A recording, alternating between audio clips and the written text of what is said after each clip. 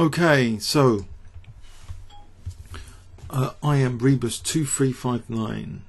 So we're going to be checking all checks, I hope. But first, strategic play. I need a good position. It's only really when the king's drawn out that you can imagine it's more evident. Of course, check all checks is when the king's more exposed. So before then, the main thing, strategic crush, playing positionally, trying to keep a bind here on d4. This is a system which I think is reasonable because one of the top Russians is playing it, Grizchuk, so it inspires me with a bit more confidence.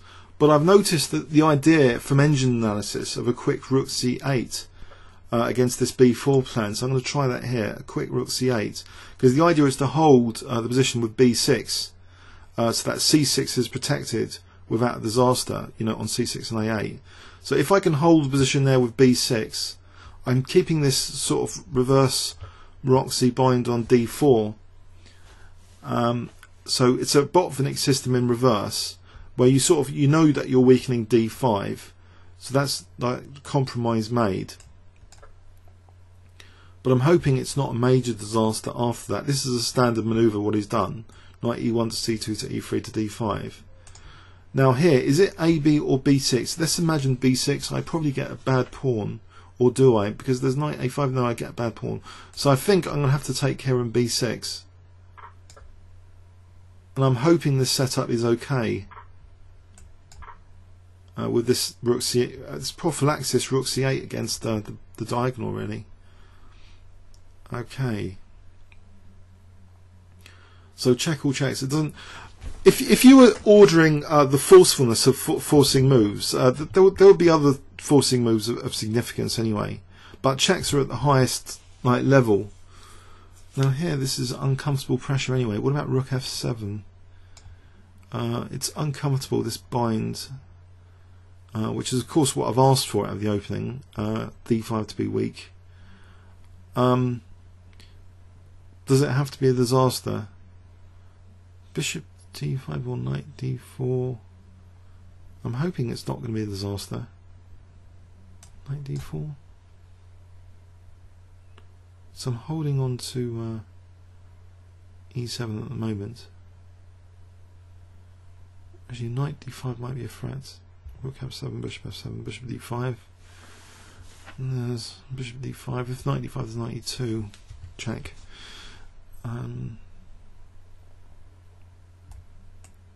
Okay, he's got that powerful grip still on d5.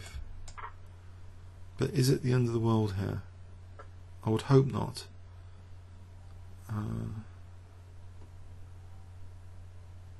So let's get this out of the way.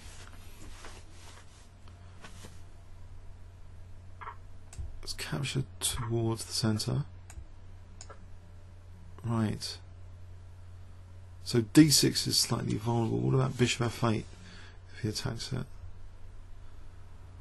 e4 I'm not sure does anything.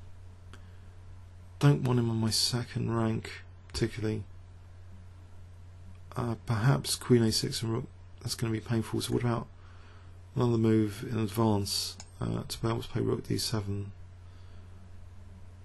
Mind you, there's rook b7 here for knight f6. Oh dear. So rook d7 might just about hold anyway. Rook b7 takes, there's knight f6. So even check all checks here is like, there's things that set up powerful checks like on f6 for this diagonal for rook b7 to be possible. But I think rook d7 might be playable with bishop f8, I hope. I'm not going to be tactically done in that quickly. Although knight f6 at some point might be dangerous. That grip on d5 is an amazing strategic grip. Unpleasant. If I play king g7, just trying to hold things up. Can I weaken his king with h4? Or sneak round with rook a7? I don't know rook a7's doing anything. So f4, just give him more squares. Try and generate some counterplay. If I get some squares here, maybe rook a7 to a1, check all checks. because that f1 could be dangerous. His rook's over here. He's away from his king. So crawling around the back. There's also bishop h3 for queen f1. In fact, his issue rook can't get back at the moment. So bishop h3 or the immediate rook a1 is pretty good. So I've generated some counterplay, I hope. There's a threat almost of something. Especially if this bishop was over here, bishop e3 would be, there's knight e3. So there's rook a2 trying to decoy the queen. He's on g2, so actually that doesn't do anything. That would be a most perpetual. Okay. So rook b7 skewering my queen. So this is an unpleasant situation still, positionally. I don't know where my counterplay is here with this huge knight on d5. If I got rid of it, the light square attack is probably terminal, but I think this might be worth doing, taking off this guy.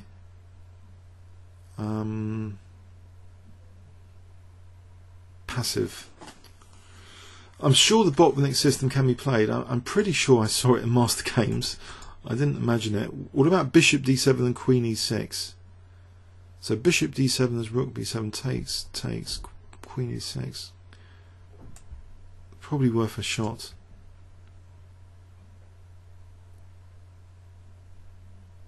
It's just his manoeuvre to d5 is very painful. So I'm hoping. Okay, he plays bishop g2 and then what? Again, I'm stuck.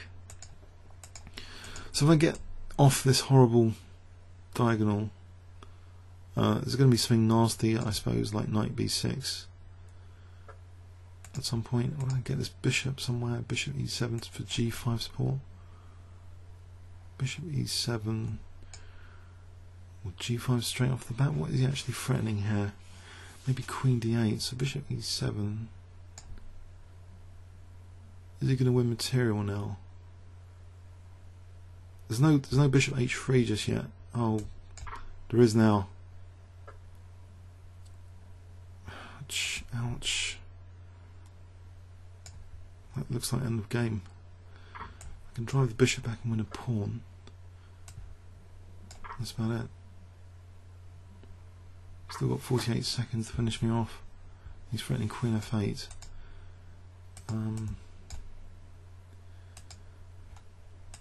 I can take on d3. No, queen f8, and that looks to be. Well, this pass pawn here. Okay, okay. What about trying to stop the pass pawn for a sec? Oh, there's queen h8, mate. Oh dear. It's positional. I don't know. Didn't stand much of a chance, it seems, when he played this. Seemed just passive all the way through. Good demonstration of the English openings until I crack with a blunder, bishop e7. Just, but I don't know. The position here. Actually, hasn't he got just? Oh, I thought he had queen d7 for a sec. If I move my king now, there's queen d7 or queen d7 for knight f6 check. So that was the blunder, but passive position anyway. Okay, comments or questions on YouTube. I bet you he's been crushing most people anyway. It's like I'm just one of the bunnies mowing down. Okay, comments or questions on YouTube. Thanks so much.